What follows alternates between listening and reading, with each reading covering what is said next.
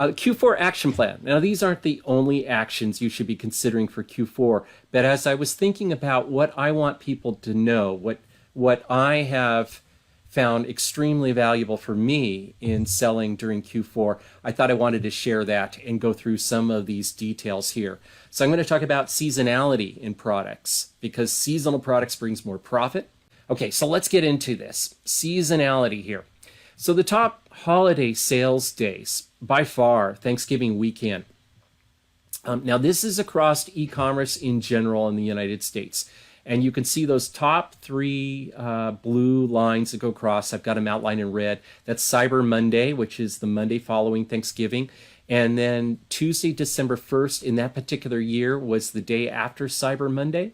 And then Friday, Black Friday weekend. So when we think of the Black Friday weekend, we're really talking about 5 days. In fact, it could even be 6 because Thanksgiving, people are shopping on Thanksgiving. So you have that Thursday, Friday, Saturday, Sunday, Cyber Monday, and the day following that. By far, that's the biggie. Now, I find that there's other times that can be even more profitable for me, and profitable because I've priced it right. So I'll get into that a little bit. Your strong sales will continue all the way through the second weekend of December and even a little beyond that. There'll be lots of last-minute shoppers who purchase FBA offers. And this is what I was kind of alluding to. The reason they purchase FBA offers is because it's Amazon Prime and they know they can get it within 2 days. So where do procrastinators go to shop? They go to Amazon. They buy Amazon Prime. They buy our FBA products. And then self-gifting will continue after Christmas. In fact, that's really where it takes off because people shop for others prior to Christmas and after Christmas. They have some gift certificates or they just didn't get what they really wanted. So they start buying for themselves at that time. So when will you see an increase in Q4 sales? And this is you as an Amazon seller. So these are 3 Amazon sales charts here in the month of the 3 months that make up Q4, October 1st to December 31st. And you can see by the blue chart there, this is a daily graph of sales, day to day to day. Now I want to outline 3 areas there, and that's Black Friday weekend. So you see those in red circles. See how they have big, huge spikes? But notice the one on the right especially. Well, that's my chart from last year, and I really made a lot out of last-minute shopping sales. I priced things correctly. You can see that way over to the right. In fact, let me bring the next slide here. That's the second weekend of December. So there's a big, huge peak there as well. So your sales will really start to kick off right before Thanksgiving, that week of Thanksgiving, and then go all the way through the second week of December, and they can even go beyond that real hot and heavy. But that's the bulk of your time that you'll be seeing the biggest, greatest sales numbers. That's when Martha did her 75,000. So the massive increase in holiday gift and entertainment buying causes many, many products to sell faster, and not only faster, but at a higher price. And how can we predict this? Well, we can use a data tool called Keepa. And many of you that are already selling on Amazon, you know what Keepa is. It's a chart that will track the sales rank and the sales pricing of products over time. So you can look back in history. And this particular toy right here, or not a toy, this is a shiatsu vibration massage pillow. It's been something that's been sold for a number of years. It's a good, solid seller every Q4. It's, people like to give this as a gift. And as you look at this chart that goes back about 4 years, all the way to, on the left-hand side is Q4 of 2015, then Q4 of 2016, 17, and last year, Q4 of 2018. You'll see that the yellow-orange color, that's the selling price. How it goes up, it spikes up every year at this same time. Well, that's Amazon's price. People say, well, I just go to Amazon because it's the cheapest price. Amazon knows to raise their prices. They're very, very smart. So look how they jumped up their price at Q4 every year. And we can look at this and say, oh, well, if I sell this product or a similar product, I can expect a reasonable bump in price as well. Well, that may be true. We use this chart to determine this. So what makes the difference? Well, it's demand. And that's in those, the green line there is the sales rank for the product. So sales rank on Amazon is a measurement of the current popularity of the product. And it's down at the bottom because the number one best-selling product would have a sales rank of 1. And the number 2 best-selling product would have a sales rank of 2, 3, 4, and so on. So the bottom of the chart where the green is, that's where the demand is highest. So this product has had huge increases in demand every Q4. What happens when there's greater demand? It jumps price up. So demand has an effect on price. So how do you do this? How do you learn how to do this? Well, you'll need the Keepa Chrome extension. And it's a tool that you'll have to pay for the version that has the sales rank in it. It used to be free, but it's no longer free. It's about $15 a month, 15 euros a month.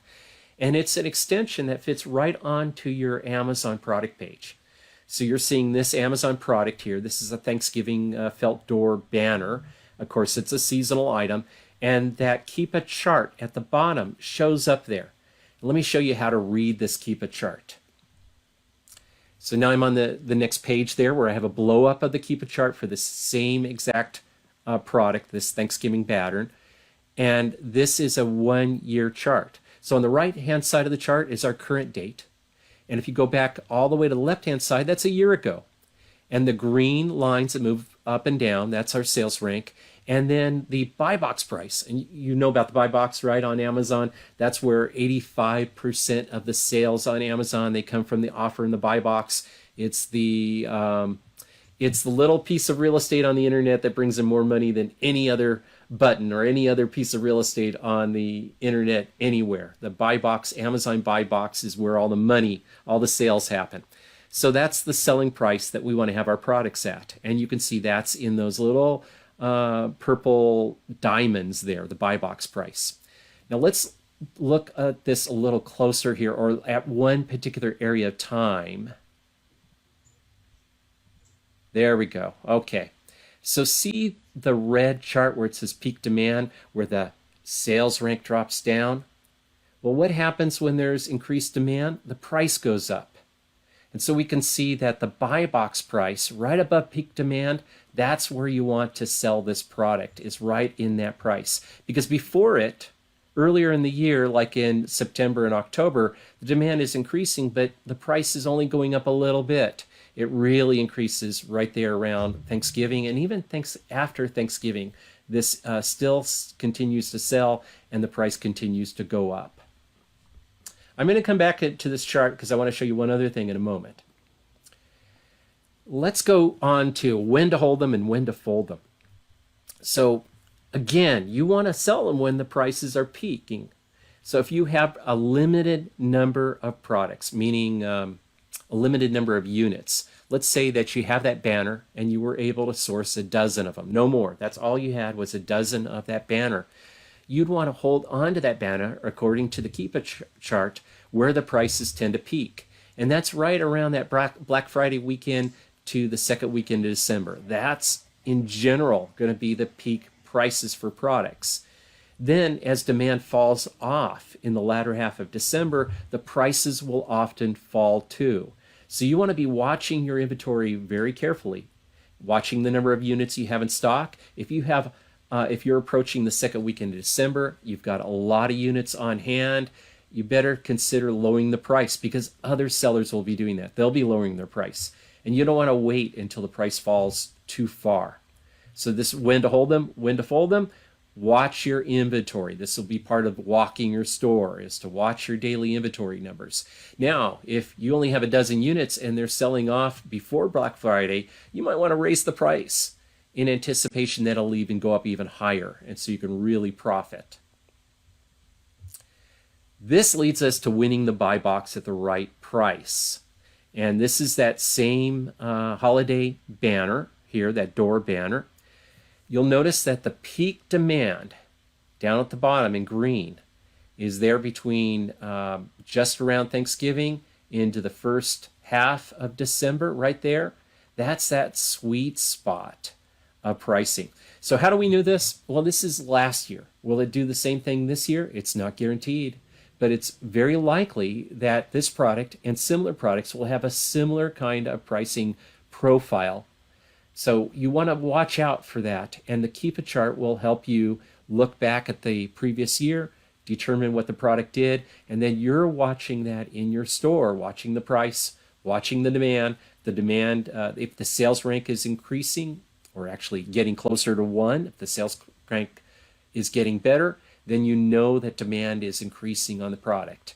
So this is the kind of thing we do on our hot sellers, is watch this very carefully so we can determine when the best time to sell this is.